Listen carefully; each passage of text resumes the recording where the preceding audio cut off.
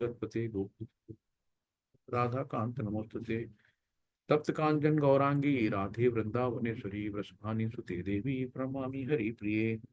नमो विष्णुपदाय कृष्णपृष्ठाय भूतले श्रीमते भक्ति वेदांत स्वामी निवृत्ति नामिने।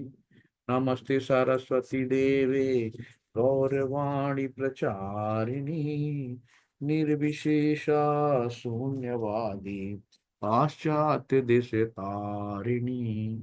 जय श्री कृष्ण चैतन्य प्रभु नित्यानंदा श्री अद्वैत गदाधर श्रीवासादि गौर भक्त वृंदा।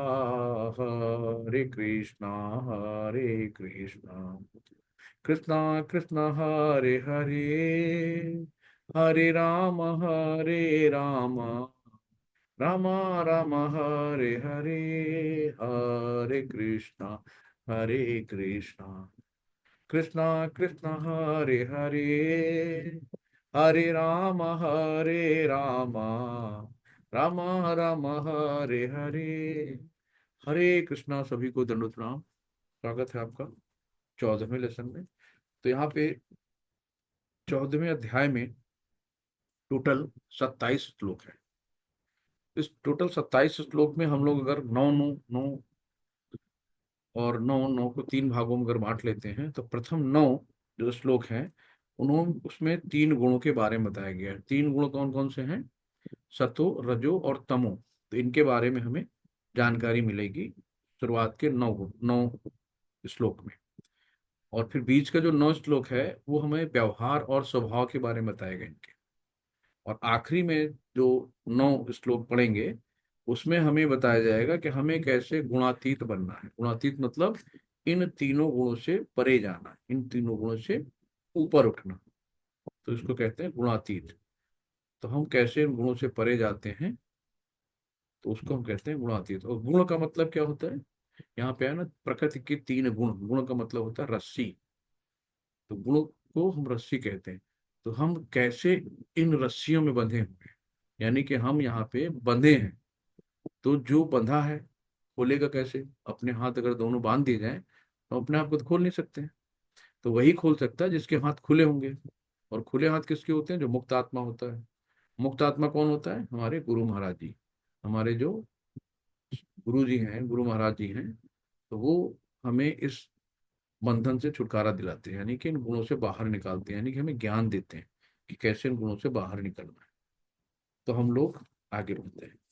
श्री भगवान उवाच परम भूय प्रवक्ष्यामि ज्ञानन्नाज्ञानमुत्तमम् यज्ञात्वा मनु सर्वे पराम सिद्धिमितो गताः। भगवान ने कहा, अब मैं तुमसे समस्त ज्ञानों में सर्वश्रेष्ठ इस परम ज्ञान को पुनः कहूंगा जिससे जान लेने पर समस्त मुनियों ने परम सिद्धि प्राप्त की है। तो यहाँ पे हम लोगों ने भी 13वें में बस 22वां श्लोक था ना, कि आनंद कौन लेता है? भगवान का, प्रकृति जन वस्तुओं का। तो यहाँ पे भगवान फिर से कह रहे हैं कि मैं तुमसे समस्त ज्ञानों में सर्वश्रेष्ठ इस परम ज्ञान को पुनः कहूंगा, तो जिसे जान लेने से समस्त मुनियों ने परम सिद्धि प्राप्त की है। तो जिन्होंने सिद्धि प्राप्त की है वो कैसे की है? ज्ञान जान के। तो भगवान बार बार ज्ञान दे रहे हैं। भगवान बता रहे हैं कैसे आपको कर्म योग करने हैं, कैसे आपको भक्ति करनी है, सारी बातें बताई। तो अब हम लोग यहाँ पे भगवान से सुनेंगे। प्रकृति के गुणों के संगत के फलस्वरूप ही जीव इस भौतिक जगत में बद्ध है। तो हमारे 13वें अध्याय में स्पष्ट हम लोगों ने पढ़ा था कि विनय पूर्वक ज्ञान का विकास करते हुए भव बंधन से छूटा जा सकता है। ये भी हमने पता किया कि प्रकृति के गुणों की संगत के फलस्वरूप ही हम इस भौतिक जगत में बद्ध हैं। हम लोग बद्ध आत्माएं कहलाते हैं। तो जो भी हम लोगों ने पहले पढ़ा कि ज्ञान से श्रेष्ठ क्या बताया गया, कि ज्ञान से श्रेष्ठ बताया गया है। इस ज्ञान को प्राप्त करने अनेक मुनियों ने सिद्ध प्राप्त की और वैकुंठ लोक हो गए। तो सबसे श्रेष्ठ ज्ञान को दिया गया है और समस्त ज्ञान योग से कहीं श्रेष्ठ है। और इसे जान लेने पर अनेक लोगों को सिद्ध प्राप्त हुई है। ये है ना, हमें यही पता चलेगा कि हम कैसे इन गुणों से निकलते हैं। तो सबसे बड़ी चीज है हमें ज्ञान। ज्ञान कहाँ से मिलेगा? शास्त्रों से, भगवत कृपा से और गुरुओं के माध्यम से और भक्तों के माध्यम से। तो हमें यहाँ से ज्ञान प्राप्त होगा। प्रभु जी पढ़वाइए। हरे कृष्णा, दंड प्रणाम। हरे कृष्णा माता जी। ललिता माता, आरती माहेश्वरी माता जी पढ़ेंगी पहले, तो ललिता माता जी को इसके बाद। हरे कृष्णा माता जी पढ़िए। हरे कृष्ण। इदं ज्ञानमुपाश्रित्य मम धर्म्यमागताः सर्गे अपि नोपजायन्ते प्रलये न वधन्ति च। इस ज्ञान में स्थिर होकर मनुष्य मेरे जैसी दिव्य प्रकृति स्वभाव को प्राप्त कर सकता है। इस प्रकार स्थित हो जाने पर वह न तो सृष्टि के समय उत्पन्न होता है और न प्रलय के समय विचलित होता है। हरे कृष्णा। हे कृष्णा माता जी, कितना बढ़िया भगवान ने बताया कि इस ज्ञान में स्थिर होकर मनुष्य मेरी जैसी दिव्य स्थिति, यानी कि हम लोग भगवान की तरह ही गुण वाले हैं। यानी कि भगवान में जो गुण हैं वही गुण हमें है। सिर्फ हम लोग जैसे कि समुद्र की एक बूंद लिया, और एक बूंद में जो समुद्र के गुण हैं वो एक बूंद में भी है और समुद्र में भी है। अंतर कितना है मात्रात्मक रूप में, कि इस मात्रा में समुद्र बहुत बड़ा है, बूंद छोटा सा है। 24 कैरेट सोने का एक पहाड़ ले लो, खान ले लो पूरी, और उसका एक टुकड़ा ले लो तो भी 24 कैरेट का होगा, वो भी होगा। तो वैसे ही हम लोग भी भगवान की तरह, यानी सतचित आनंद में हैं। लेकिन हमारे इतने कलमश, इतने जन्मों के कलमश हैं कि उन्होंने ढक लिया है। तो वो हमारी अब निखरेंगे कैसे, सफाई कैसे होगी? शास्त्रों के अध्ययन से, भक्तों के संग से, गुरु की कृपा से। तो ज्ञान में स्थिर होकर, यानी कि आप देखो ना कितना विज्ञानी, लेकिन ये जो गुण के प्रभाव होते हैं ना कहीं गिरा देते हैं। आप देखिए राजा परीक्षित, जो अर्जुन के पोते पोते थे ना, तो कितने मतलब अच्छे ज्ञानी थे, सब कुछ था। लेकिन उनका भी ऐसा माहौल आया कि उन्होंने सर्प उठा के ब्राह्मण के गले में डाल दिया। यानी कि कलयुग जैसे आना हुआ तो उसने उसकी बुद्धि हर ली। यानी कि वो भी गुणों के प्रभाव में आते हैं। यानी कि एक ज्ञानी से ज्ञानी व्यक्ति भी गुणों के प्रभाव से दूर नहीं जा सकता, वो कहीं न कहीं उसके प्रभाव में आ जाता है। उससे बचना है हमें। तो जब आप 12 तिलक लगाएंगे, गले में आपके माला होगी, है ना, और हाथ में जप माला होगी, तो आप इन चीजों से, आपको माया दूर दूर तक छू नहीं पाएगी। लेकिन इसके लिए भी आपको अभ्यास करना पड़ेगा, केवल करने से नहीं होता है, इसके लिए अभ्यास करना पड़ेगा।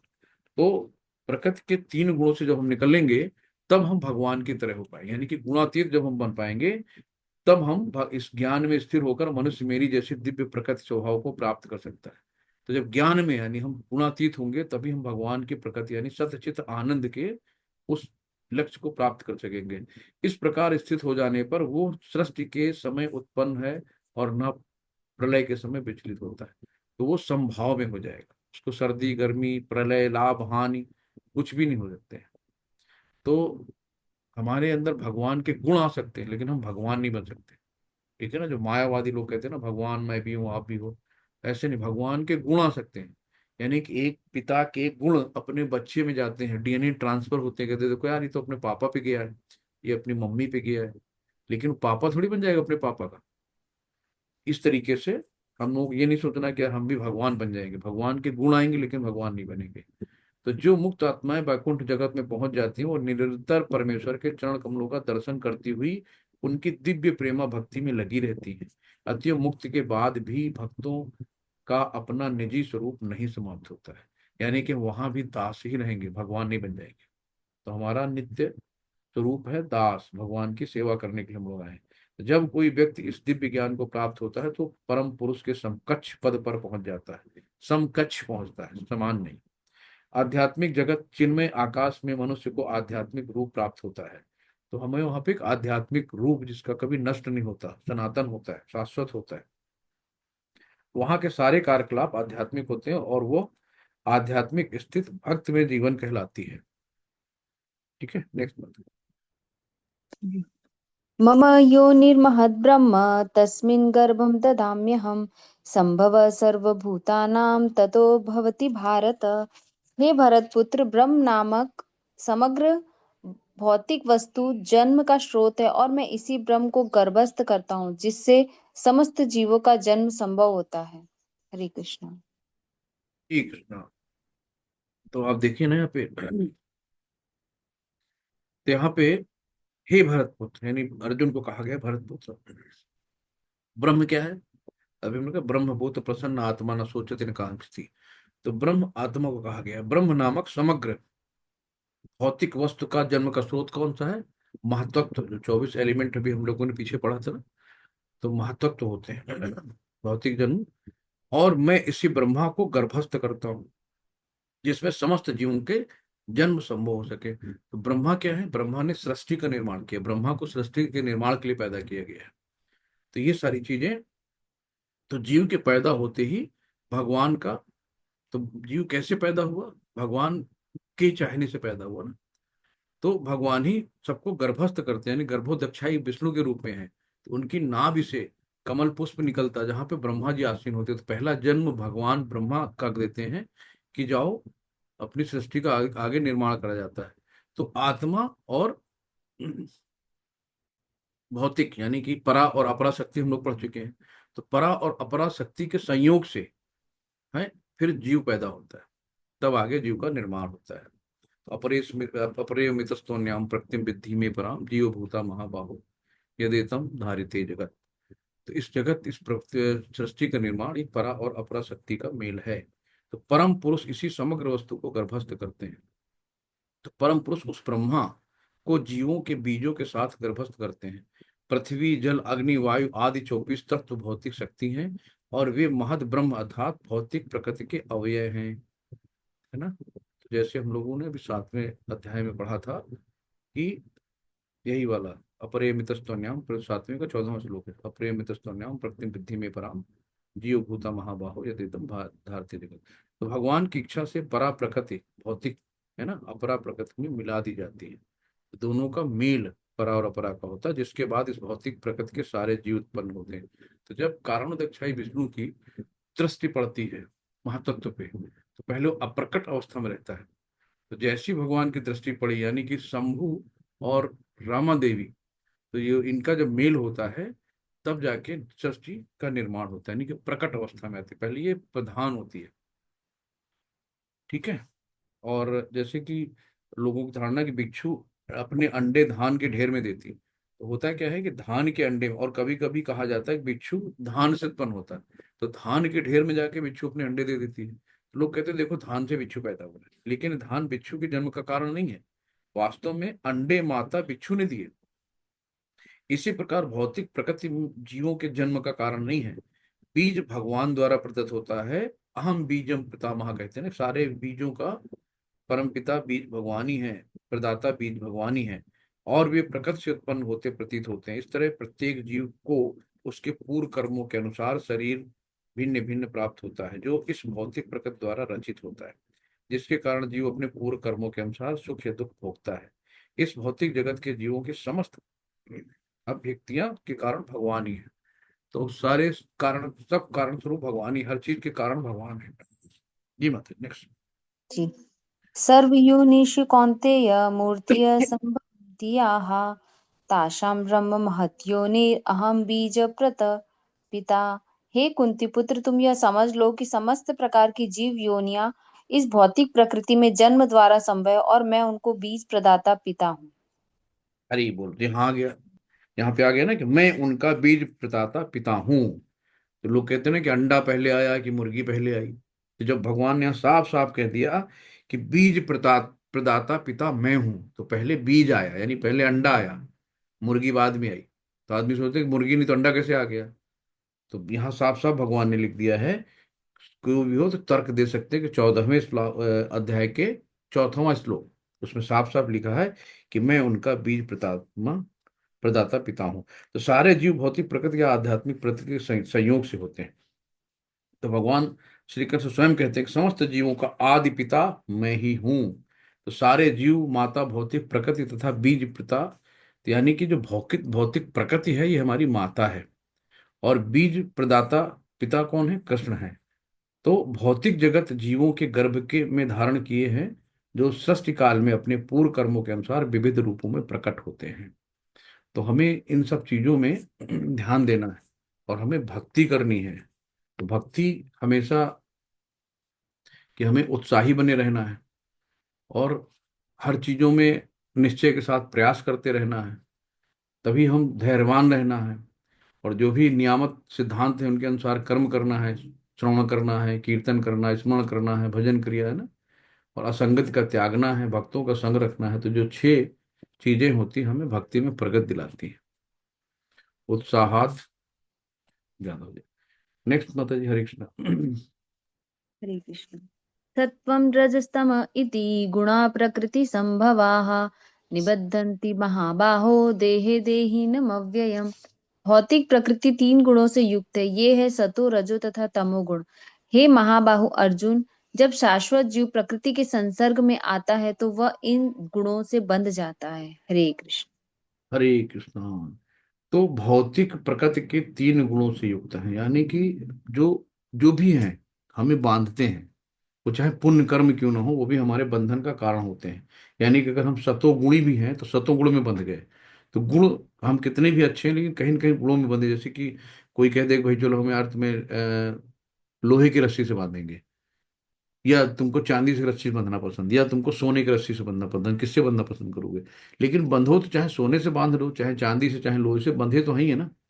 तो हथकड़ी चाहे हम सोने की लगा दें, चाहे चांदी की लगा दें, चाहे लोहे की लगा दें, लेकिन हाथ तो बंधे ही है ना। तो उसका मतलब थोड़ी कि नहीं हमें सोने वाली हथकड़ी ज्यादा पसंद है। तो हमें क्या करना है कि भौतिक जगत द्वारा बद्ध हो जाने के कारण वो प्रकृति के 3 गुणों के जादू के वशीभूत होकर कार्य करता है। तो चूंकि जीवों को प्रकृति की विभिन्न अवस्थाओं के अनुसार भिन्न भिन्न प्रकार के शरीर मिले हुए हैं, अतएव उसी प्रकृति के अनुसार कर्म करने के लिए प्रेरित होते हैं। तो यही अनेक प्रकार के सुख दुख का कारण है। यानी पिंजरा तो पिंजरा ही है, चाहे सोने के पिंजरे में बंद कर लो, चाहे चांदी के, चाहे लोहे के। तो समझ लो लोहा का हो गया तमोगुण, चांदी का हो गया रजोगुण, और सोने का हो गया सतोगुण। तो कहीं ना कहीं हम लोग बंधे हैं। नेक्स्ट बताइए। तत्र सत्त्वं निर्मलत्वात् प्रकाशकमनामयम् सुखसंगेन बध्नाति ज्ञानसंगेन चानघ। हे निष्पाप, सतोगुण अन्य गुणों के अपेक्षा अधिक शुद्ध होने के कारण प्रकाश प्रदान करने वाला और मनुष्यों को सारे पाप कर्मों से मुक्त करने वाला है। जो लोग इस गुण में स्थित होते हैं वे सुख तथा ज्ञान के प्रभाव भाव से बंध जाते हैं। हरे कृष्ण। हरे कृष्णा। तो हे निष्पाप, इस निष्पाप कौन है? अर्जुन को बोला गया। सतोगुण यानी कि भलाई करना, सतोगुण में लोग भले आदमी होते हैं ना। तो सतोगुण अन्य गुणों की अपेक्षा अधिक शुद्ध होने के कारण प्रकाश प्रदान करने वाला, प्रकाश का मतलब ज्ञान, यानी कि जो हमें अंधेरे यानी कि हमारे अज्ञान से बाहर निकाले, इसको प्रकाश कहते हैं। तो शुद्ध करने वाला प्रकाश यानी ज्ञान देने वाला, और मनुष्यों को सारे पाप कर्मों से मुक्त करने वाला है। तो जब हमें ज्ञान आएगा तो पाप हमारे धीरे धीरे कम होते जाएंगे। जो लोग इस गुण में स्थिर होते हैं वो सुख तथा ज्ञान के भाव से बंध जाते हैं। अब ये भी बंधन हो गया, सुख और ज्ञान का भाव भी बंधन करता है। आप सोचो कि जब आपको ज्ञान नहीं था किसी तरीके से, तो सतों गुण में आने के बाद, जब हम लोग, अब यहाँ पे हम लोग सतोगुणी, जब आज हम बैठ के क्लास सुन रहे हैं तो यहाँ जितने भी भक्त बैठे हैं सब सतोगुण में हैं। यहाँ पे किसी को रजो तमो नहीं सता रहा है ना। तो सतोगुणी है क्योंकि हम भगवान के बारे में जानने का प्रयास कर रहे हैं, हम अपने एक एक कदम आगे बढ़ रहे हैं ज्ञान में। तो अब लगता है ना कि हमने यार कितना समय बर्बाद कर दिया। तो लगता है कि मुझे ये पहले क्यों नहीं मिली, हम इतने बाद में क्यों आए। तो हाँ, अब मुझे क्या करना है कि अब गुरु की खोजना है, गुरु को खोजना है, शास्त्रों को पढ़ना है। तो जो भी हम सुन रहे हैं सब कुछ प्रभुपाद जी ने इतना सरल बता दिया है, इतना सब कुछ पानी की तरह लिख दिया है तात्पर्य वगैरह, कि सब प्रमाणिक है। तो हमें अब क्या करना है, प्रमाणिक गुरु की खोज करनी है। सतगुरु को ढूंढना जो सत्य का ज्ञान करा सके, जिसने, जो तत्वदर्शी है, जो उसने खुद सत्य को देखा है, उसको खोज के हमें उनसे ज्ञान लेना है और हमें भक्ति के मार्ग में आगे बढ़ना है। तो अब हमें लगता है कि यार मेरा समय फालतू में बर्बाद हुआ, अब समय नहीं बर्बाद करना है। तो हमें क्या करना है कि अपने अंदर जो द्वेष भावना है, घमंड है, अहंकार है, अहंकार क्या होता है? फाल्स ईगो होता है। अहंकार किसको कहते हैं? कि ये मेरा है, मैंने किया, मैं ही हूँ, ये मैं शरीर हूँ, है ना, ये सब फाल्स ईगो है।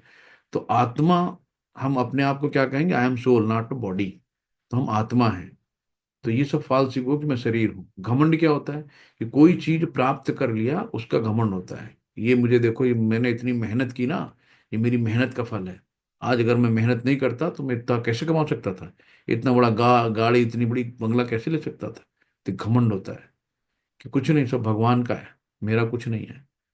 तो ये हुआ घमंड और अहंकार। तो सतोगुणी का अर्थ है कि अधिक ज्ञान तथा सुख का अत्यधिक अनुभव करना। तो अपने आप को विशेष भाग्यशाली समझो कि भगवान की कृपा मिली है कि हम आज यहाँ क्लास में बैठे हैं और गीता का अध्ययन कर रहे हैं, ये भी भगवान की कृपा से मिला है।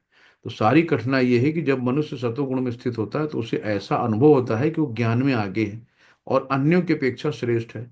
इस प्रकार वो बद्ध हो जाता है। बद्ध जीवन में अधिक सुख का यह भाव उसे भौतिक प्रकृति के गुणों से बांध देता है। तो ये अच्छी चीजें भी उसे बांध देती हैं। तो तो हमें क्या करना है कि यहाँ माया मोह से निकलना है, लेकिन माया मोह के कारण वो सोचते हैं कि इस प्रकार का जीवन आनंदमय है। तो हम लोग यहीं के चमक में खो जाते हैं, हम आगे बढ़ना ही नहीं चाहते हैं। तो हमें यहाँ से निकलना है किसी भी तरीके से, यानी कि धीरे धीरे आसक्तियों को कम करना है। जितनी ज्यादा लगाव है उतना को कम करना है। हमें ये मानना है कि हम ट्रस्टी हैं, हम यहाँ के मालिक नहीं हैं। हरे कृष्णा। नेक्स्ट माता जी। हरे कृष्ण। रजोरागात्मकं विद्धि तृष्णासङ्गसमुद्भवं तन्निबध्नाति कौन्तेय कर्मसंगेन देहिनम्। हे कुंती पुत्र, रजोगुण की उत्पत्ति असीम आकांक्षाओं तथा तृष्णाओं से होती है और इसी के कारण से यह देहधारी जीव सकाम कर्मों से बंध जाता है। हरे कृष्ण। हरे कृष्णा। तो अब आज सोचो इस, अब हम पूछे हैं आप लोगों से कि आज के दौर में सबसे ज्यादा कौन गुण है सबके पास, रजोगुण, तमोगुण, सतोगुण। तो आप जान लीजिए कि 99% लोग रजोगुण में हैं इस समय कलयुग में। तो रजोगुण के सब शिकार हैं। तो इस तरीके से हमें क्या है ना, डिजायर और अटैचमेंट बहुत ज्यादा है, हमारी इच्छाएं और लगाव बहुत ज्यादा है। तो हमारी इच्छाएं असीमित हैं। एक चीज पूरी नहीं होती, भगवान ये भी कर दो, भगवान ये भी कर दो, भगवान, एक चीज जो मिलती जाती है ना उसके आगे मन बनता जाता है। आज 1500 की नौकरी है, उसमें सुखी सुखी थे। कल 1.5 लाख की नौकरी होगी तब भी दुखी हैं। तो ऐसे हमारी इच्छाएं कभी खत्म नहीं होती हैं। तो इसी की वजह से हम भगवान के पास नहीं जा सकते, क्योंकि हमारी इच्छाएं कमी नहीं होती। तो भगवान को कब याद करें, क्योंकि टाइम नहीं मेरे पास।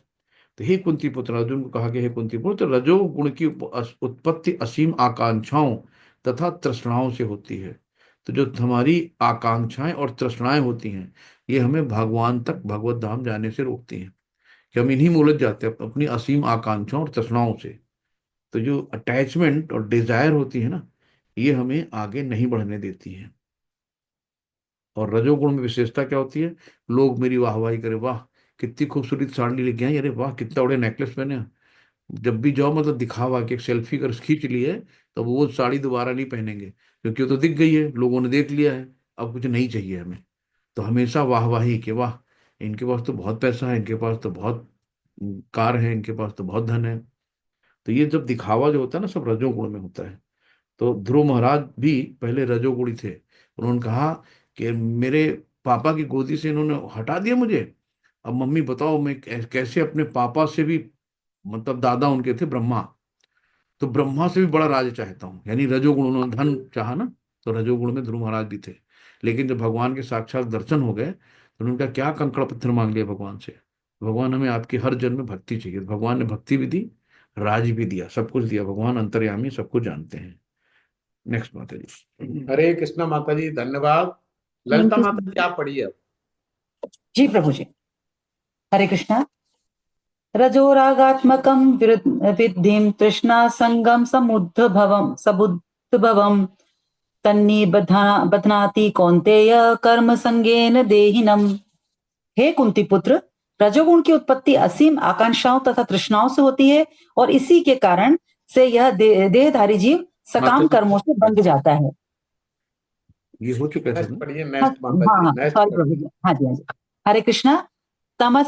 तमस्त्वज्ञानजं विद्धि मोहनं सर्वदेहिनां प्रमादालस्य निद्राभिस्तिन्निबध्नाति भारत। हे भरत पुत्र, ये तुम जान लो कि अज्ञान से उत्पन्न तमोगुण समस्त देहधारी जीवों का मोह है। इस गुण के प्रतिफल पागलपन, प्रमाद, आलस तथा नींद है जो बद्ध जीव को बांधते हैं। हरे कृष्ण। हरे कृष्णा। तो ये तमोगुणी, यानी कि तमोगुणी में क्या होता है कि आजकल देख रहे हैं कि खाओ पियो सो जाओ।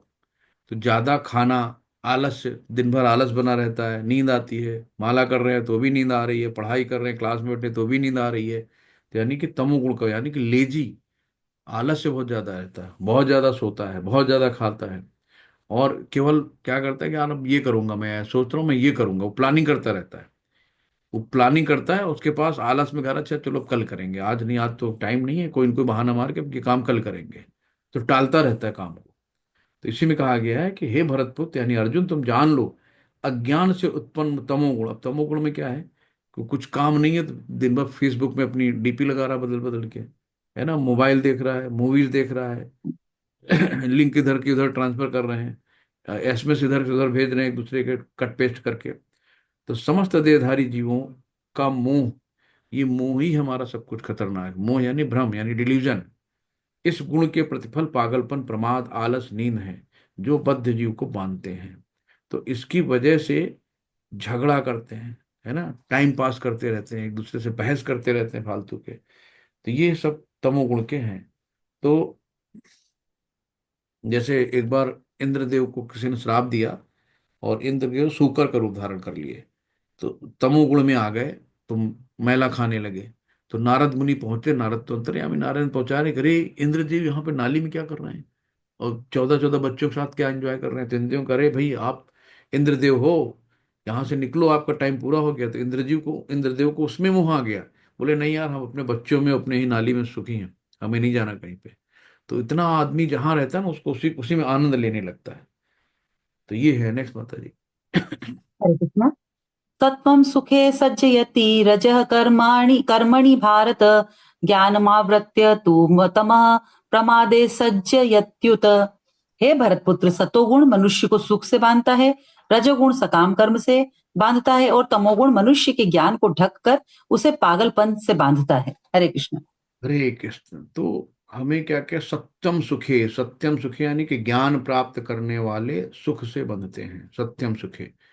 तो हे भरतपुत्र यानी अर्जुन को कहते हैं भरतपुत्र, सतोगुण यानी कि देवताओं की तरह मनुष्य को सुख में बांधता है। तो सतोगुण में देवताओं को कहा गया कि देवताओं की तरह जो हो जाते हैं कि यार देखो देवता तुल्य हैं। रजोगुण सकाम कर्म से बांधता है, यानी कि सकाम कर्म क्या होता है, जो जिसका फल हमें चाहिए, कि हमने करा है तो हमें मिले। अगर हमने आज व्रत रखा है, भगवान ने व्रत रखा है तो मुझे फल दो, ये सकाम कर्म हो गए, है ना। कि हमने आपके लिए काम करा, तो हम आपके होली घर मिलने आए हैं तो आप भी मेरे घर मिलने आओ, नहीं हम गुस्सा हो जाएंगे। हमने आपको ये खिलाया तो आप हमें भी ये खिलाओ। तो हमें जो फल की इच्छा करते हैं वो सकाम कर्म में आता है, कि हमें फल चाहिए। तो सतोगुण में हमें क्या चाहिए, केवल भक्ति चाहिए, हमें और कुछ नहीं चाहिए, भगवान केवल अपनी भक्ति दो, है। तो रजोगुण सकाम कर्म से बांधता है। तो रजोगुण भी जो है जब फल की इच्छा करेंगे तो सकाम कर्म हो गए। और तमोगुण क्या होता है, तमोगुण वाला बड़ा कंफ्यूज होता है क्योंकि आलसी होता है। तमोगुण मनुष्य के ज्ञान को ढककर उसे पागलपन से बांधता है। तो तमोगुण वाला क्या करता है कि कम से कम उसको 10 घंटे सोना चाहिए, दिन में 10-12 घंटे सोता है वो, खूब खाता है, पड़ा रहता है, आलसियों की तरह। वो तमोगुण में है। नेक्स्ट माता जी। हरे कृष्ण। रजस्तमश्चार्ची विभूय सत्वं भवति भारत रजः सत्वं तमश्चैव तमः सत्वं रजस्तथा। हे भरतपुत्र, कभी कभी सतोगुण रजोगुण तथा तमोगुण को परास्त करके प्रधान बन जाता है और कभी रजोगुण सतो तथा तमोगुणों को परास्त कर देता है और कभी ऐसा होता है कि तमोगुण सतो तथा रजोगुणों को परास्त कर देता है। इस प्रकार श्रेष्ठता के लिए निरंतर स्पर्धा चलती रहती है। हरे कृष्ण। हरे कृष्ण। अभी हमने बताया था राजा परीक्षित सतोगुण में थे, लेकिन क्या हुआ कि उनको रजोगुण ने परास्त कर दिया, यानी कि उनका दिमाग में है कि उसके गले में सांप डाल दो।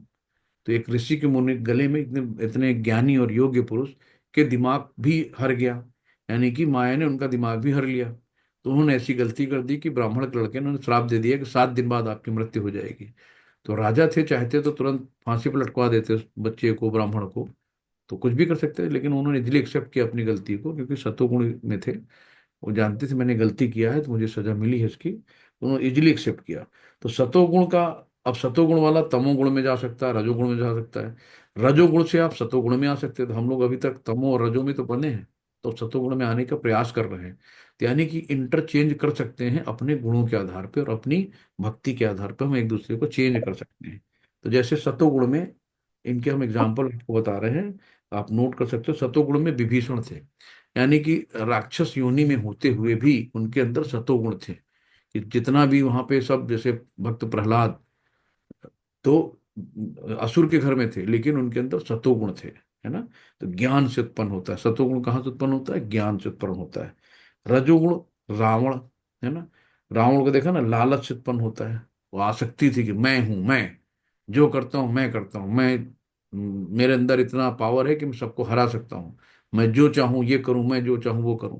तो रावण के अंदर था, तो रजोगुणी में था। तमोगुणी में कुंभकर्ण के 6 महीने सोता था और 6 महीने जगता था, खूब खा पी के सो जाता था। तो अज्ञानता से, यानी मोह अज्ञान से तमोगुण उत्पन्न होता है। नेक्स्ट माता जी। हरे कृष्ण। सर्वद्वारेषु देहे अस्मिन् प्रकाश उपजायते ज्ञानं यदा तदा विद्या द्विवृद्धं सत्वमित्युत। सतोगुण की अभिव्यक्ति को तभी अनुभव किया जा सकता है जब शरीर के सारे द्वार ज्ञान के प्रकाश से प्रकाशित होते हैं। हरे कृष्ण। हरे कृष्णा। तो शरीर में 9 द्वार होते हैं, 2 आंखें, 2 कान, 2 नथुने, मुंह, गुदा तथा उपस्थिति मिला के 9 होते हैं। तो ये कहा गया है कि सब ज्ञान के प्रकाश से दीप्तिक हों। तो समझना चाहिए कि उसमें सतोगुण विकसित हुआ है। तो सतोगुण में सारी वस्तुएं अपनी सही स्थिति में दिखती हैं, सही सही सुनाई पड़ता है, सही ढंग से उन वस्तुओं का स्वाद मिलता है, मनुष्य का अतः अंतः तथा बाह्य सुख शुद्ध हो जाता है। तो प्रत्येक द्वार में सुख के लक्षण उत्पन्न दिखाई देते हैं, यही सत्व स्थित है। तो आजकल हम लोग देखो, ये 9 द्वारों से प्रॉब्लम रहती है। किसी को कब्ज है, किसी को नाक टेढ़ी हो गई है, किसी के कान में सुनाई नहीं दे रहा है, किसी को दिखाई नहीं दे रहा, किसी को कुछ हो रहा है। तो हमारे क्या है ना, सब प्रकाशमान हो, सब एकदम चेहरे से एक लाइट अलग नजर आनी चाहिए। जो सतोगुण में होते हैं ना, उनका आप देखो कि चेहरे से एक अलग, जितने अपने गुरु महाराज जी लोग हैं, अगर कभी उनको आप ध्यान से देखो ना, तो उनके चेहरे पे एक अलग आभा होती है, तो एक अलग प्रकाश होता है, ज्ञान का प्रकाश होता है। तो हमें क्या करना है कि सतोगुण में आना है निकल के, क्योंकि सब इंटरचेंज होते हैं, सतोगुण वाला भी गिर सकता है। तो हमें गिरना नहीं है, उसको ध्यान रखना है, साधु शास्त्र और गुरु का साथ लेना है, सबके साथ रहना है। क्योंकि कभी भी माया हप कर सकती है, तो माया के हप करने से हमें बचना है। तो हमेशा माला का जाप निरंतर करना है, भगवान का नाम लेना है, तो माया दूर रहेगी। नेक्स्ट माता जी। हरे कृष्ण। लोभ प्रवृत्ति रारंभ कर्मणाम शमः स्पृहा रजस्येतानि जायन्ते विवृद्धे भरतर्षभ। हे भरतवंशियों में प्रमुख, जब रजोगुण में वृद्धि हो जाती है तो अत्यधिक आसक्ति, सकाम कर्म, गहन उद्यम तथा अनियंत्रित इच्छा एवं लालसा के लक्षण प्रकट होते हैं। हरे कृष्ण। हरे कृष्ण। तो रजोगुणी में बताया ना कि 99% है। एक प्लाट लिया, चलो यार दूसरा लेने मौके का है, बढ़िया ले लो, अच्छी जगह पे है। एक दूसरे को पति पत्नी कन्विंस करते हैं, चलो यार एक फ्लैट है, दूसरा एक ले लो। बच्चों के लिए लेके डाल देते हैं। तो हर आदमी अपने बच्चों के लिए करता रहता है और उसी में उलझा रहता है, चलो लोन लेना ले लो, लोन ले लो, कोई बात नहीं, धीरे धीरे कर देंगे। तो ये, उसमें क्या है ना, कभी संतुष्टि आती नहीं है। थोड़ा है, थोड़े की जरूरत है, और ले लो और ले लो और थोड़ा सा कर लो। तो यहाँ पे कि अनियंत्रित इच्छाएं और लालसा होती हैं। तो ये रजोगुण के, आसक्ति, सकाम कर्म, है ना। तो ये सब चीजें सतोगुण के हैं कि इंद्रिय तृप्ति के लिए अत्यधिक लालसा विकसित कर लेता है। तो इसका कोई अंत नहीं होता, जितना करते जाओ उतना और दिल मांगे मोर। तो हमें इन सब चीजों से बचना है कि जितनी हमें जरूरत है, जितनी हमारी आवश्यकता, भगवान ने जितना हमारे लिए दिया है, उतने में हमें संतोष करना चाहिए। अत्यधिक प्रयास जो हमें नहीं कर सकते, जो चीज हमें नहीं प्राप्त हो सकती, उसके लिए हमें बहुत प्रयास नहीं करना चाहिए। अपने आप को थकाना नहीं चाहिए, अपने आप को भगवान की भक्ति में लगाना चाहिए। नेक्स्ट बता दी। हरे कृष्ण। अप्रकाशो प्रवृत्तिश्च प्रमादो मोह एव च तमस्येतानि जायन्ते विवृद्धे कुरु नंदन। जब तमोगुण में वृद्धि हो जाती है तो हे कुरुपुत्र, अंधेरा, जड़ता, प्रमत्तता तथा मोह का प्राकट्य होता है। हरे कृष्ण। हरे कृष्णा। तो जब तमोगुण की वृद्धि होती है, तो हे कुरुपुत्र, अंधेरा, यानी अंधेरा को क्या कहते हैं, भी हम लोग क्या बताया ना कि प्रकाश मतलब ज्ञान, और इसी तरह अंधेरे का मतलब अज्ञानता। जड़ता क्या है, जड़ता यानी आलस्य, जड़ मतलब स्थिर। आलसी क्या होता है, एक जगह पड़ा रहता है कूड़े के ढेर की तरह। तो प्रमत्तता यानी पागलपन, है ना। तथा मोह का प्रकट होता है, जो तमोगुण होती है ना। तो जो डिप्रेशन, जितने भी डिप्रेशन के शिकार हैं, डिल्यूजन है ना, तो ये सब तमोगुण में आने पर होता है। कि बहुत ज्यादा खा पी के लेटे हैं, आलसीपन बने, कोई काम नहीं कर रहे हैं, पढ़ाई कर नहीं रहे हैं, और टेंशन ले रहे हैं कि एग्जाम में पास कैसे होंगे। इस तरीके से फिर उनको डिल्यूजन होती है, घबराहट होती है, एंजाइटी आती है। ये सब तमोगुण के लक्षण हैं। हरे कृष्ण। नेक्स्ट। हरे कृष्ण। यदा सत्वे प्रवृद्धे तु प्रलयं याति देहभृत उत्तमविदां लोका न मलान प्रपतिपद्यते। जब कोई सतोगुण में मरता है तो उसे महर्षियों के विशुद्ध उच्चतर लोकों की प्राप्ति होती है। हरे कृष्ण। हरे कृष्णा। तो सतोगुण यानी कि हम जब तक बंधनों से मुक्त नहीं होंगे तब तक हमें उच्चतर लोगों की प्राप्ति नहीं होगी। तो बंधनों से हमें मुक्त कैसे होना है? भक्ति करके। तो जब कोई सतोगुण में मरता है, तो सतोगुण में अगर मरा यानी कि सतोगुण तक बंधन ही है ना, तो स्वर्ग लोक तक जाएगा। तो उसे महर्षियों के विशुद्ध उच्चतर लोगों की प्राप्त होगी। तो बंधनों से मुक्त होकर ही जब हम सतोगुण तमो रजो बंधनों से मुक्त होंगे तभी हम भगवत धाम गोलोक वृंदावन गोलोक धाम जा सकते हैं। तो अगर गोलोक जाना है तो हमें इन बंधनों से मुक्त होना चाहिए। तो सतोगुण क्या है? सुख और ज्ञान से बंधे हम लोग, इसलिए गोलोक धाम नहीं जा सकते।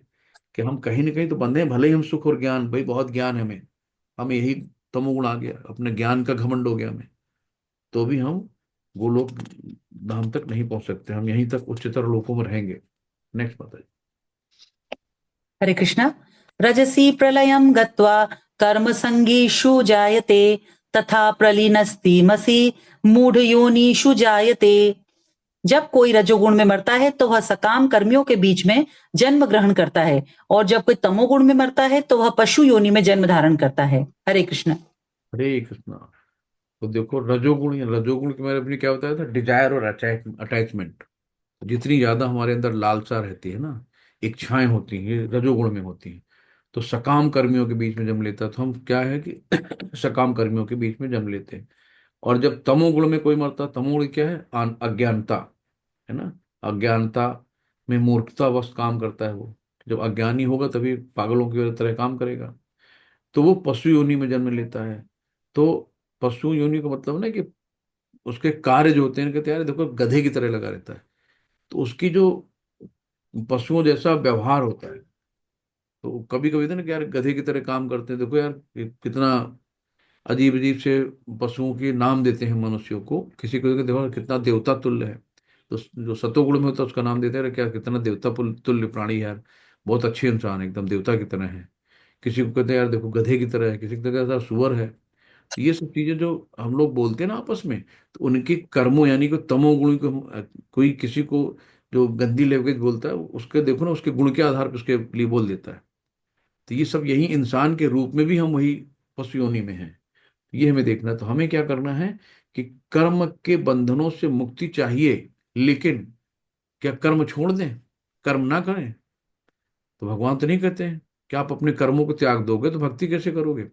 तो हमें कर्मों को त्यागना नहीं है, कर्म के बंधनों से मुक्ति चाहिए, ना कि कर्म से। तो कर्म करो लेकिन कर्म में बंधो नहीं। तो जो भी कर्म है कर्म भगवान के लिए करो, ठीक है, तो हमें इससे मुक्ति मिलेगी। नेक्स्ट माता जी। हरे कृष्ण। कर्मणः सुकृत स्याहु सात्विकं निर्मलं फलं रजसस्तु फलं दुःखं ज्ञानम तमसः फलम। पुण्य पुण्य कर्म का फल शुद्ध होता है और सात्विक कहलाता है, लेकिन रजोगुण में संपन्न कर्म का फल दुख होता है, और तमोगुण में किए गए कर्म मूर्खता में प्रतिफलित होते हैं। हरे कृष्ण। हरे कृष्णा। अब बताओ यहाँ पे जितना भी देखो, आप सराउंडिंग में देखो, घर पे बाहर, मान लो कोई शुगर का पेशेंट है, तो चूरी, उसको पता है कि हमें मीठा खाने से शुगर बढ़ेगी, लेकिन वो चुरा चुरा के खाता है। अगर रख दिया फ्रिज में मिठाई का डिब्बा, तो घर वाले तो ये कहाँ गायब हुआ है, लड्डू किसने खाया? बोला जिनको शुगर थी उन्होंने खा लिया। उसको पता है कि हमें शुगर है, ये हमें नुकसान करेगी, इसको खाने से हमारी मृत्यु भी हो सकती है, लेकिन फिर भी खाता है। ये जो ये पुण्य कर्म का फल शुद्ध होता है और सात्विक कहलाता है, लेकिन रजोगुण में संपन्न कर्म फल दुख का कारण होता है। तो रजोगुण में संपन्न कर्म का फल दुख होता है, यानी कि उसने खा तो लिया, फिर उसके बाद उसकी शुगर बढ़ गई, शुगर बढ़ने पे उसको क्या क्या प्रॉब्लम्स हुई, उसके दुख का कारण खुद हुआ ना। और तमोगुण में किए गए कर्म मूर्खता के प्रतिफल होते हैं। तो तमोगुण में अज्ञानी व्यक्ति होता है, तो हमेशा मूर्ख वाले काम करता है। तो जो व्यक्ति शांत नहीं है वो कभी सुखी नहीं रह सकता। तो हमें पहले शांत होना पड़ेगा, अपने मन को शांत करना पड़ेगा, तभी हम सुखी जीवन बिता सकते हैं। तो यहाँ पे प्रत्येक जीवित प्राणी परमेश्वर की संतान है, और उन्हें एक चींटी तक मारा जाना सहन नहीं करते। इसलिए मनुष्य को दंड भोगना पड़ता है। किसी को आपने चींटी मार दिया, पशु मार दिया, उसका भी पाप लगेगा। तो इसलिए हमेशा ध्यान देना है कि कोई हमसे गलती ना हो। तो नमो ब्राह्मणाय देवाय गो गो ब्राह्मणाय हिताय च जगद्युताय कठिनाय गोविंदाय नमः। तो जो हम लोग भगवान का भोग लगाते हैं ना, तो उसमें ये मंत्र आता है कि हे प्रभु, आप गायों तथा वैष्णव के हितैषी हैं और आप समस्त मानव समाज तथा विश्व के हितैषी हैं। तो इसका तात्पर्य यह है कि इस प्रार्थना में गायों तथा ब्राह्मण की रक्षा का विशेष उल्लेख है। ब्राह्मण आध्यात्मिक शिक्षा के प्रतीक हैं और गायें महत्वपूर्ण भोजन की। तो अतएव इन दोनों जीवों ब्राह्मण तथा गायों को पूरी सुरक्षा प्रदान की जानी चाहिए। यही सभ्यता की वास्तविक प्रगति है। तो हमें ये श्लोक याद करना है। जब भोग लगाते हैं हम लोग तो ये श्लोक आता है। नेक्स्ट माता जी। हरे कृष्ण। सत्वात् स जायते ज्ञानं रजसो लोभ एव च प्रमाद मोहो तमसो भवतो अज्ञानमेव च। सतोगुण से वास्तविक ज्ञान उत्पन्न होता है, तमोगुण से लोभ उत्पन्न होता है और तमोगुण से अज्ञान, प्रमाद और मोह उत्पन्न होते हैं। हरे कृष्णा। हरे कृष्णा। तो सतोगुण, सतोगुण का मतलब उजाला, है ना। ज्ञान यानी ज्ञान मतलब लाइट, प्रकाश। तो सतोगुण में समझ में आता है कि भाई मुझे भक्ति करनी चाहिए। जब सतोगुण में आदमी होगा तभी भक्ति की ओर बढ़ेगा। तो सतोगुण में उसको क्या समझ में आता है, हमें भक्ति करनी चाहिए, हमें गीता पढ़नी चाहिए, हमें ज्ञान लेना चाहिए, हमें भक्तों के संग में रहना चाहिए, हमें वृंदावन की यात्रा करनी चाहिए, हमें मथुरा जाना चाहिए, हमें कृष्ण से मिलना चाहिए, है ना। तो ये सब सतोगुण में आता है। लेकिन जब रजोगुण में क्या होता है, लोभ उत्पन्न होता है। लोभ क्या, दिल मांगे मोर, अभी बताया ना कि जो चीज है और तो डिजायर, और चाहिए। तो उसका कभी पेट भरता ही नहीं है। एक प्लाट ले लिया, दूसरा ले गए, एक मकान ले लिया, दूसरा मकान लेंगे, एक गाड़ी फिर दूसरी गाड़ी, एक ड्रेस है, चार ड्रेस है और ले लो। तो ये वाली तो एक बार पहन चुके हैं, अब दोबारा कैसे जाएंगे पार्टी में। तो सब लोगों ने देख लिया, फोटो खींच के हमने फेसबुक में डाल दिया, अब दोबारा नहीं पहनेंगे। ठीक है। तो ये सब रजोगुण में आता है। तमोगुण में बताया ना कि वो अंधकार, अंधकार यानी वो आलस्य निद्रा में रहता है, अज्ञानता में रहता है। तो अज्ञान लोग पागलपन वाले काम करते हैं। तो अज्ञान, प्रमाद और मोह से उत्पन्न होते हैं। नेक्स्ट माता जी। हरे कृष्ण। ऊर्ध्वं गच्छन्ति सत्त्वस्था मध्ये तिष्ठन्ति राजसाः जघन्य गुण वृत्तिस्था अधो गच्छन्ति तामसाः। सतोगुण व्यक्ति क्रमशः ऊपर उच्च लोकों को जाते हैं, रजोगुणी इसी पृथ्वीलोक में रह जाते हैं और जो अत्यंत गर्हित तमोगुण में स्थित है वे नीचे नरक लोकों को जाते हैं। हरे कृष्ण। हरे कृष्णा। तो हम लोगों ने गोलोक चार्ट देखा था ना। तो 14 प्लानेट हैं, 7 ऊपर हैं, 7 नीचे हैं। तो इसी में महर्ष लोक, सत तलातल, सत सुतल, भूतल, ओ भूर भुआ स्वा, इस तरीके से जो है 7 ऊपर 7 नीचे। तो सतोगुणी, फिर सतोगुणी में वही आती है ना, लाइट, उजाला, प्रकाश, ज्ञान, सब सतोगुण में है। व्यक्ति क्रमशः ऊपर उच्च लोकों को जाते हैं। तो जो ज्ञानी होंगे वो धीरे धीरे गीता पढ़ के जो शास्त्र है, गुरुओं का संग है, भक्तों का संग है, धीरे धीरे हम लोग सतोगुण में रह के ऊपर जाएंगे धीरे धीरे ना। रजोगुण में क्या होता है कि पृथ्वी लोक में रह जाते हैं। तो रजोगुण में लोग अच्छे काम करते हैं, भाई चलो उन्होंने मंदिर बनवा दिया या स्कूल खुलवा दिए, हॉस्पिटल खुलवा दिया, धर्मशालाएं खुलवा दी, तो वाह वाही, यानी कि उन्होंने पुण्य कमा लिए। लेकिन पुण्य कमाकर फिर क्या होगा, जब तक उन पुण्य का अकाउंट में आपका लेखा जोखा रहता है तब तक उसका सुख लेते हैं।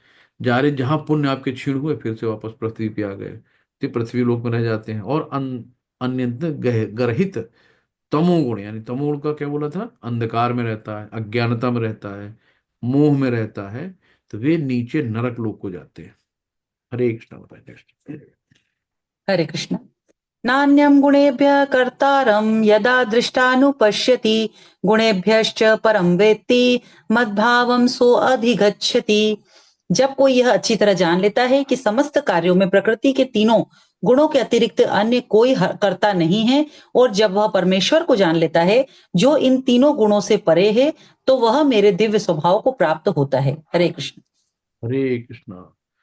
तो कितनी बढ़िया बात बोली है कि शुद्ध, यानी कि जब कोई ये अच्छी तरह जान लेता है कि समस्त कार्यों में प्रकृति के तीनों गुणों के अतिरिक्त अन्य कोई करता नहीं है, तो तीनों गुणों से मुक्त होकर ही हम उद्धार, हमारा उद्धार हो सकता है ना।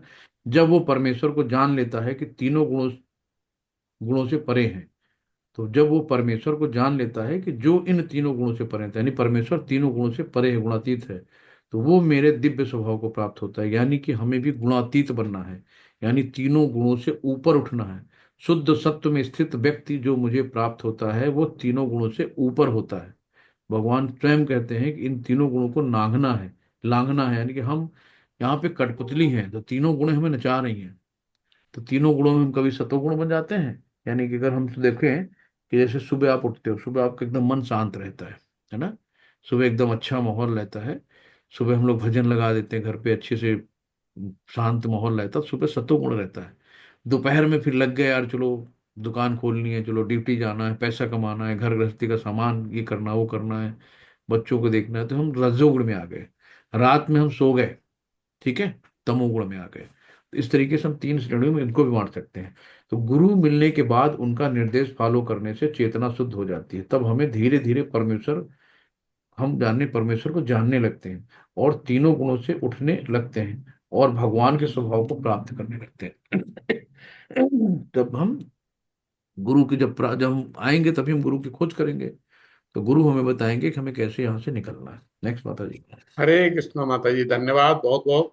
ब्रह्मा जोशी माता जी, आप प्रभु जी। पढ़िए। हरे कृष्णा। गुणानेतान नित्य त्रिंदेहि देह समुद्रवान जन्म मृत्यु जरा दुखे विमुक्तो मृतम श्रुते। जब देहधारी जीव भौतिक शरीर से संबंध इन तीनों गुणों को लांघने में समर्थ होता है तो वह जन्म मृत्यु बुढ़ापा तथा उनके कष्टों से मुक्त हो जाता है और इसी जीवन में अमृत का भोग कर सकता है। हरे कृष्णा। हरे कृष्णा। तो ये कौन कर सकता है? इसी जीवन में अमृत का भोग कौन कर सकता है? कोई बताएगा? इसी जीवन में अमृत का भोग कौन कर सकता है? सिर्फ भक्त ही कर सकता है। एक भक्त ही है जो, जब देहधारी जीव भौतिक शरीर से संबंध इन तीनों गुणों को लांघने में समर्थ हो जाता है, तो जब मतलब हम भक्ति करेंगे धीरे धीरे शुद्ध भक्त बनेंगे। तो जब शुद्धता की तरफ पहुंचते हैं ना, तो उसको शुद्ध तत्व कहते हैं। तो शुद्ध तत्व वो जन्म मृत्यु बुढ़ापा तथा उनके कष्टों से मुक्त हो जाता है। तो जब हम शुद्ध भक्त बनेंगे तब हम इन जन्म मृत्यु जरा व्याधि के चक्रों से छूटेंगे और इसी जीवन में अमृत का भोग कर सकते हैं। तो इसी जीवन में उस अमृत का भोग कर सकते हैं। यानी कि जब हमें संभाव होंगे, हमें किसी चीज की ना किसी से घृणा है, ना किसी से द्वेष है, ना किसी से हमें कोई प्रॉब्लम हो रही, हम हर भाव सुख दुख में सुखी हैं, तो हम यहीं पे उसका भोग कर रहे हैं, है ना। गोविंदा हरे कृष्णा तम हम भजामी। तो आराम से हमको भगवान का स्मरण करते रहते हैं। तो कृष्णा भावनामृत में भक्ति करना भवपाश से मुक्ति का संदेश है। जब मनुष्य प्रकृति के गुणों के प्रभाव से मुक्त हो जाता है तो वो भक्ति में प्रवेश कर सकता है ना। तो जब हम तीनों गुणों के प्रभाव से मुक्त हो जाएंगे, प्रकृति के तीनों गुणों के जो प्रभाव हैं, तो वो भक्ति में प्रविष्ट होता है, तब हम भक्ति में जा सकते हैं। नहीं तो ये जो कठपुतलियां हैं ना तीनों, हमें गिराती रहती हैं। हम रजोगुण में पहुंच गए, फिर उसने मूड चेंज कर गया, फिर सतोगुण में, रजोगुण तमोगुण में आ गए, फिर रजोगुण में आ गए, फिर हम सतोगुण में गए, तो इसी में उलझते रहते हैं। तो हमें जब इन तीनों से निकलेंगे तब हम अच्छे से भक्ति कर पाएंगे। तो अभी चेंज होता रहता है हमारा। कभी कभी लगता है ना, आदमी बहुत सतोगुण में जाता है फिर भी गिर जाता है, कहता क्या यार सुबह 3 बजे उठो, सब तो 8 बजे तक सोते रहते हैं, सब तो बढ़िया होटल में चटकारा मारते जाके मूवी देखाते हैं, हम ही यार कहाँ यहाँ पड़े हैं। सुबह उठो, फिर माला जपो, फिर पूजा करो, ये सब क्या, चलो यार हम भी इंजॉय करते हैं। तो सतोगुण से जाके भी रजोगुण में गिर जाता है ना। तो हमें इनसे बचना है। नेक्स्ट। हरे कृष्णा। अर्जुन उवाच केलिंगे त्रीन् गुणानेतान् तितो भवति प्रभो किमाचारः कथं चेतां त्रीन् गुणान् तिवर्तते। अर्जुन ने पूछा, हे भगवान, जो इन तीनों गुणों से परे है वह किन लक्षणों के द्वारा जाना जाता है, उसका आचरण कैसा होता है और वह प्रकृति के गुणों को किस प्रकार लांघता है। हरे कृष्ण। हरे कृष्ण। तो यहाँ पे अर्जुन ने फटाफट भगवान से 3 सवाल पूछ लिए। हे भगवान, जो इन तीनों गुणों से परे है, यानी तीनों गुणों से परे को बोला गया गुणातीत, है ना, वो किन लक्षणों के द्वारा जाना जाता है, हम उसको कैसे जानेंगे वो तीनों गुणों से परे है, उसका आचरण कैसा होता है, वो प्रकृति के गुणों को किस प्रकार लांघता है, कैसे उसने तीनों गुणों को लांघा। तो ये भगवान से क्वेश्चन अर्जुन का है। हमने लास्ट में दूसरे अध्याय के जो 54 श्लोक है, तो उसमें भी कहा गया था कि अर्जुन ने कहा, हे कृष्ण, अध्यात्म में लीन चेतना वाले व्यक्ति, यानी स्थित प्रज्ञ कहा गया था, कि जो स्थिर बुद्धि वाले होते हैं, कि क्या लक्षण है, वो कैसे बोलता है, उसकी भाषा क्या है, वो किस तरह बैठता है चलता है। तो ये अध्याय 2 के जो 54 श्लोक है, 54 वाला, तो उसमें भी एक ऐसा ही क्वेश्चन था। फिर यहाँ पे दोबारा अर्जुन ने क्वेश्चन किया है, तो फिर भगवान इसका उत्तर दे रहे हैं। नेक्स्ट बताइए।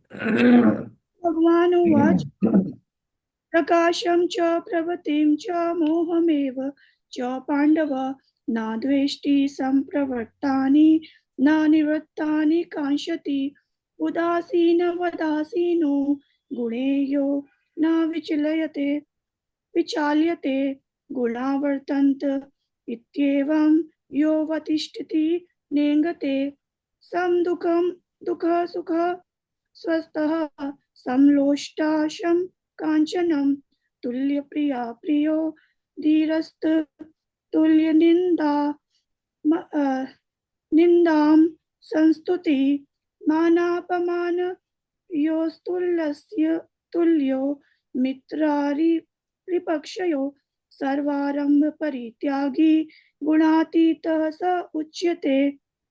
भगवान ने कहा, हे पांडुपुत्र, जो प्रकाश, आसक्ति तथा मोह के उपस्थित होने पर ना तो उनसे घृणा करता है और ना लिप्त हो जाने पर उनकी इच्छा करता है, जो भौतिक गुणों के इन समस्त प्रतिक्रियाओं से निश्चल तथा अविचलित रहता है और यह जानकर कि केवल गुण ही क्रियाशील हैं, उदासीन तथा दिव्य बना रहता है, जो अपने आप में स्थित है और सुख तथा दुख को एक समान मानता है, जो मिट्टी के ढेले, पत्थर एवं स्वर्ण के टुकड़े को समान दृष्टि से देखता है, जो अनुकूल तथा प्रतिकूल के प्रति समान बना रहता है, जो धीर है और प्रशंसा तथा बुराई, मान तथा अपमान में समान भाव से रहता है, जो शत्रु तथा मित्र के साथ समान व्यवहार करता है और जिसने सारे भौतिक कार्यों का परित्याग कर दिया है, ऐसे व्यक्ति को प्रकृति के गुणों से अतीत कहते हैं। हरे कृष्ण। हरे कृष्णा। तो इसका तात्पर्य प्रभुपाद जी ने बहुत अच्छा से, काफी से बड़ा दिया है। तो बहुत अच्छा, एक एक शब्द बहुत अच्छे दिए हैं। तो आप लोगों से है रिक्वेस्ट, इसको पढ़िएगा, फिर मैं बता देता हूँ जितना भी है। तो दिव्य पुरुष के क्या लक्षण होते हैं? तो दिव्य पुरुष कौन है? जो जैसे हमारे प्रभुपाद जी है ना, हर एक चीज विजुलाइज थी उनको, हर एक चीज दिखती थी, तो वो कभी भी हमेशा संभाव में रहते थे। उनको कितनी भी प्रॉब्लम्स आई, लेकिन उन्होंने अपने गुरु के आदेश को छोड़ा नहीं। गुरु की आज्ञा है, हमें करना है, और अपने लक्ष्य, उनका टारगेट एक ही था कि गुरु का जो आदेश है हमें उसको पूरा करना है। तो उन्होंने उसके बीच में अपने उम्र को आने दिया, ना पैसों को आने दिया, है ना, और अपने कार्य में लगे रहे। और आज उन्हीं की कृपा है कि हम यहाँ पे सबके साथ में बैठे हैं। तो सुख दुख में समानता पहला है। बैलेंस रखना है हमें हर एक चीज को, है ना। और इंद्रियों को भगवान की भक्ति में लगाना, जितनी भी हमारी इंद्रियां हैं, हमको सबको भगवान में लगाना, इसको हम साधना भक्ति कहते हैं। और रागानुराग भक्ति जो होती है, प्रेमा भक्ति कहते हैं, शुद्ध भक्ति। तो उस कैसे आएगी? हम चीजों को बार बार करते रहेंगे, निरंतर बार बार गीता पढ़ना, भक्तों का संग रखना, माला निरंतर जपना। तो धीरे धीरे हम लोग लगे रहेंगे, रिपीटेड एक्सपोज, जितना भी हम किसी चीज को, जैसे कोई चीज याद करनी है ना, तो उसको आप रिपीट करोगे तभी याद रहेगी, नहीं भूल जाओगे। तो रिपीटेड एक्सपोजर जो होता है हमें, हमारी मेमोरी को स्ट्रांग बनाता है और भक्ति में हमें आगे बढ़ाता है। गुणातीत होना, यानी कि तीनों गुणों से हमें बाहर निकलना है ना, सतो तमो रजों से। तो कैसे कि हमें स्थित प्रज्ञ होना है, यानी कि संभाव रखना है। सोना, मिट्टी, प्रकाश, अंधकार, बुराई, सब में संभाव रखना है। तो भगवान का गुणगान करना है। तो इस तरीके से हम अपने आप को भक्ति में आगे ले जाते हैं और आत्माराम बनना है। आत्माराम मतलब अपने में स्थिति, संभाव। तो अब जैसे कि किसी व्यक्ति को कोई मान लो बाहर गोल्ड मिल गया, जैसे मायावादी है, गोल्ड मिल गया तो क्या करे, यार माया है, माया से दूर रहो। जो साधु पुरुष होते हैं ना, कहते हैं, नहीं नहीं मुझे माया नहीं चाहिए, माया हमको ठगनी, माया, माया से दूर रहो। लेकिन जो स्थित प्रज्ञ व्यक्ति है, जैसे प्रभुपाद जी कहते हैं ना कि भाई हमें अगर कोई देता है पैसे तो हम ले लेते हैं, हमें कहीं पड़ा मिल जाएगा हम ले लेंगे, हम क्या करेंगे, भगवान की सेवा में लगा देंगे। तो उसको हमें भगवान की सेवा में लगाना, ये नहीं कि देख के हटा गए, नहीं यार, तो नहीं करना है। तो हमें गुणातीत बनना है, यानी कि कैसे बनना है, जैसे कमल की पंखुड़ी में पानी की एक बूंद टपकी लेकिन निर्लिप्त रहता है, तो वैसे में गुणातीत बनना है। शरीर में कोई विकार आता है तो उसका इफेक्ट जरूर होता है, कॉज है तो इफेक्ट है। तो हमें इन सब चीजों से बाहर आना है। तो भक्ति प्रेम भाव आए तो गुणातीत बनते। जब भक्ति में प्रेम भाव आएगा तभी हम हमारे आंसू आएंगे, हम भगवान से रो रो के प्रार्थना करेंगे। जब हम माला करेंगे तो अपने आप आंसू आने लगेंगे। तो आप समझ लो कि आपके अंदर भाव जागृत हो गए, आपके अंदर भगवान के प्रति प्रेम हो गया है। अब हम तीनों गुणों को लांग सकते हैं। तो जब इस स्थिति में आएंगे तब हम समझेंगे कि हम गुणातीत हैं। और अपमान को सहना सीखिए। तो जीवन में ये सब बहुत जरूरी है, मान अपमान सम्मान, इसी के लिए आदमी मरता रहता है, इसी के लिए लड़ाई है कि यार तुमने मुझे ऐसे बोला, मैंने तुम्हें नमस्कार किया, तुमने नमस्कार नहीं किया, अरे मैंने फोन किया तुमने फोन नहीं उठाया, मतलब मेरा फोन नहीं उठाया। ये सब नहीं करना है, इन सबसे बचना है, संभाव होना है, सब कुछ भगवान को अर्पित करना है, तभी हम चीजें अच्छे से कर पाएंगे। हरे कृष्णा। नेक्स्ट टॉपिक जी। हरे कृष्ण। मां च यो व्यभिचारेण भक्ति योगेन सेवते स गुणान् समेत्य तान् ब्रह्मा भूयाय कल्पते। जो समस्त परिस्थितियों में अविचलित भाव से पूर्ण भक्ति में प्रवृत्त होता है वह तुरंत ही प्रकृति के गुणों को लांघ जाता है, इस प्रकार ब्रह्मा के स्तर तक पहुंच जाता है। हरे कृष्ण। हरे कृष्णा। तो यानी कि हमें अविचलित भाव, अविचलित भाव मतलब कि जो चाहे सुख हो दुख हो, मान हो अपमान हो, शत्रु मित्र हो, जय विजय पराजय, इन सब से हमें कोई भी विचलित नहीं होना है, हमें इनसे दूर रहना है। तो तभी हम इन प्रकृति के गुणों को नांग लांग पाएंगे। तो इस प्रकार ब्रह्म के स्तर तक पहुंच जाता है। तो तीनों गुणों से कैसे निकलना है, भक्ति करके निकलना है। तो माँ च व्यभिचारेण भक्ति योगे तो सेवते, भक्ति योगेन सेवते। तो भक्ति योगेन है ना, अपने आप को भक्ति में लगाओ। कैसे लगाओगे, श्रवण कीर्तन स्मरण वंदन, तो यही जीवन की पूर्णता है। नेक्स्ट माता जी। हरे कृष्ण। ब्राह्मणो हि प्रतिष्ठा अहम मृतस्य वयस्य च शाश्वतस्य च धर्मस्य सुखस्य कांतिकस्य च। और मैं ही उस निराकार ब्रह्मा का आश्रय हूँ जो अमृत्य अविनाशी तथा शाश्वत है और चरम सुख का स्वाभाविक पद है। हरे कृष्ण। हरे कृष्णा। तो वहां पे इतना कहा गया है कि मैं उस निराकार ब्रह्म का आश्रय हूं। तो यहाँ पे निराकार ब्रह्म, ब्रह्म ज्योति को कहा गया है, जो अमर्त्य अविनाशी तथा शाश्वत है और चरम सुख का स्वाभाविक पद है। तो यहाँ पे भगवान के जानने के तीन चरण हैं, है ना। एक तो कहा गया है ब्रह्म का स्वरूप है, तो यानी कि ब्रह्म ज्योति तक लोग जाते हैं, और ब्रह्म ज्योति तक तो पहुंच जाते हैं, तीनों गुणों से मुक्त भी हो जाएंगे। लेकिन क्या होगा कि ये पूर्ण नहीं है, हम लोग आधे भी जाके लटक गए, यानी कि स्वर्ग तक तो गए। तो स्वर्ग जाने का मतलब नहीं कि हम गोलोक वृंदावन धाम पहुंच गए, तो ब्रह्म स्तर तक पहुंचे। तो ब्रह्म ज्योति क्या है, भगवान के शरीर से निकलने वाली किरणें हैं, भगवान के शरीर का तेज है। तो भगवान के तेज तक तो पहुंच गए लेकिन भगवान तक नहीं पहुंचे। तो पहला स्वरूप हो गया ब्रह्म स्वरूप। तो ब्रह्म का स्वरूप है अमरता अविनाशता शाश्वतता तथा सुख। ब्रह्म तो दिव्य साक्षात्कार का शुभारंभ है, यानी पहली ब्रह्म तक पहुंचे। दूसरा क्या होता है, परमात्मा। तो परमात्मा क्या है कि इस दिव्य साक्षात्कार की मध्य द्वितीय अवस्था है। तो यानी कि जो भगवान ब्रह्म और भगवान के बीच की स्थिति कहते हैं परमात्मा। यानी कि जो विष्णु, विष्णु को हम परमात्मा कहते हैं, क्षीर बक्षाई रूप में हमारे हृदय में विद्यमान है, तो परमात्मा स्वरूप है। तो परमात्मा इस दिव्य साक्षात्कार की मध्य द्वितीय अवस्था है। और भगवान क्या है, भगवान परम सत्य के चरम साक्षात्कार है। तो अतएव परमात्मा तथा निराकार ब्रह्म दोनों ही परम पुरुष के भीतर हैं। तो सातवें अध्याय में बताया जा चुका है कि प्रकृति परमेश्वर की अपरा शक्ति की अभिव्यक्ति है। भगवान इस अपरा प्रकृति में परा प्रकृति को गर्भस्थ करते हैं। तो परा और अपरा का जो मेल होता है, और भौतिक प्रकृति के लिए ये आध्यात्मिक स्पर्श है।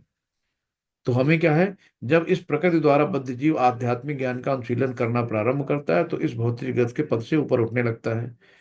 तो परमेश्वर के ब्रह्म बोध तक उठ जाना ब्रह्म बोध की प्राप्ति आत्म साक्षात्कार की दिशा में प्रथम अवस्था है। तो इस तरीके से चीजों को आप ध्यान रखिएगा कि भगवान को जानने के तीन चरण हैं। पहला ब्रह्म स्तर है, दूसरा परमात्मा का है, और तीसरा है भगवान का।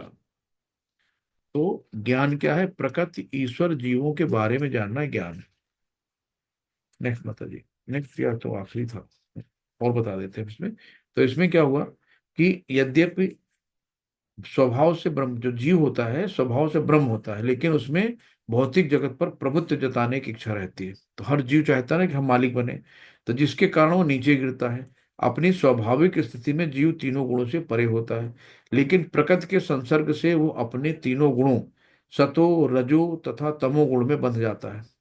इन्हीं तीनों गुणों के संसर्ग के कारण उसमें भौतिक जगत का प्रभुत्व जताने की इच्छा होती है। तो हमें इन गुणों से बाहर निकलना है, तो तभी हम करेंगे। तो पूर्ण कृष्ण भाव भक्ति में प्रवृत्त होने पर तुरंत दिव्य स्थिति को प्राप्त होता है। उसमें प्रकृति को वश करने की जो अवैध इच्छा है वो दूर हो जाती है। तो यहाँ कहा गया भक्तों की संगत करके भक्ति की 9 विधियां श्रवण, कीर्तन, स्मरण आदि का अभ्यास करना है। धीरे धीरे ऐसी संगत से तथा गुरु के प्रभाव से मनुष्य की प्रभुत्ता जताने वाली इच्छा को समाप्त करना है। भगवान के दिव्य प्रेमा भक्ति में दृढ़ता पूर्वक स्थित होना है। इस विधि की संस्कृति इस अध्याय के 22वें श्लोक से लेकर अंतिम श्लोक तक की गई है। तो अभी हमने स्टार्ट में बताया ना कि शुरुआत के जो आपके 9 श्लोक हैं, तो उसमें इनके बारे में बताया गया है कि तीनों गुण क्या क्या होते हैं, सतो, तमो, रजो। और बीच में जो 9 है उसमें इनका व्यवहार और स्वभाव बताया गया है कि इनका कैसा होता है। और आखिरी के जो 9 है उसमें इन गुणों से कैसे हमें उठ के गुणातीत बनना है ये बताया गया है। तो यहाँ पे अब मनुष्य को चाहिए कि भगवान की सेवा में लगे, श्री विग्रह को अर्पित भोजन उत्तिष्ठ खाए, भगवान के चरण कमलों पर चढ़ाए पुष्पों की सुगंध को सूंघे, भगवान के लीला स्थलों का दर्शन करे, भगवान के विभिन्न कार्यकलापों और उनके भक्तों के साथ प्रेम विनिमय के बारे में पढ़े, सदा हरे कृष्ण कृष्ण कृष्ण हरे हरे, हरे राम राम राम हरे हरे, इस महामंत्र की दिव्य ध्वनि का कीर्तन करे, और भगवान तथा उनके भक्तों के आविर्भाव तथा तिरोधान को मनाने वाले दिनों में उपवास करे। तो आविर्भाव क्या होता है? यानी कुछ जन्म होता है अपने जो गुरु महाराज जी लोग हैं जो सब हैं, और तिरोधान यानी कि जो जब वो शरीर त्यागते हैं, तो इनमें उपवास करे। ऐसा करने से मनुष्य समस्त भौतिक गतिविधियों में विरक्त हो जाएगा। इस प्रकार जो व्यक्ति अपने ब्रह्म ज्योति या ब्रह्म बोध के विभिन्न प्रकारों में स्थित कर सकता है, वो गुणात्मक रूप से भगवान के तुल्य है। तो हम लोग गुणात्मक रूप से भगवान के तुल्य हैं, भगवान नहीं है ना। ये अध्याय का एंड हुआ। कैसा लगा अध्याय? हरे कृष्णा। हरे कृष्णा प्रभु जी, बहुत बढ़िया, बहुत ही बढ़िया। हरि बोल, हरि मजा बोल। आया। किसी का कोई क्वेश्चन या कोई सुझाव हो तो दे सकते हैं। अध्याय बहुत अच्छा लगा प्रभु जी, सारे गुणों के बारे में पता चल गया। हरे कृष्णा माता जी। ओके। 18वें अध्याय में फिर ये रिपीट करेंगे सारे गुणों को। तो किसी का किसी कोई प्रश्न है तो पूछ सकते हैं। ठीक है प्रभु, नहीं है किसी का कोई कोई प्रश्न। हरे कृष्णा प्रभु जी, बहुत सुंदर बताया आपने। हरे कृष्णा प्रभु जी, आपका आशीर्वाद है। हरे कृष्णा दंड प्रणाम। नहीं, आपका आशीर्वाद है प्रभु, भगवान की कृपा से सब अच्छा बता रहे हो, बहुत सुंदर समझ में आ रहा है। हरे कृष्णा, हरे कृष्णा। हरे कृष्णा, दंडवत प्रणाम। तो फिर चलते हैं माता जी फिर। हरे कृष्णा। वांछा हरे कृष्ण प्रभु जी। कृपा जी जी सिंधु जी जी। एव च पतितानाम पावनेभ्यो वैष्णवेभ्यो नमो नमः। अनंत कोटि वैष्णव वृंद की जय। श्रील प्रभुपाद की जय। सभी भक्तों की जय हो। गुरु महाराज जी की जय हो। हरे कृष्णा। सभी को दंड प्रणाम। हरे कृष्णा, दंडवत प्रणाम हरे सभी को। कृष्णा, हरे कृष्णा। हरे कृष्ण प्रभु जी, हरे कृष्णा। बहुत प्रणाम।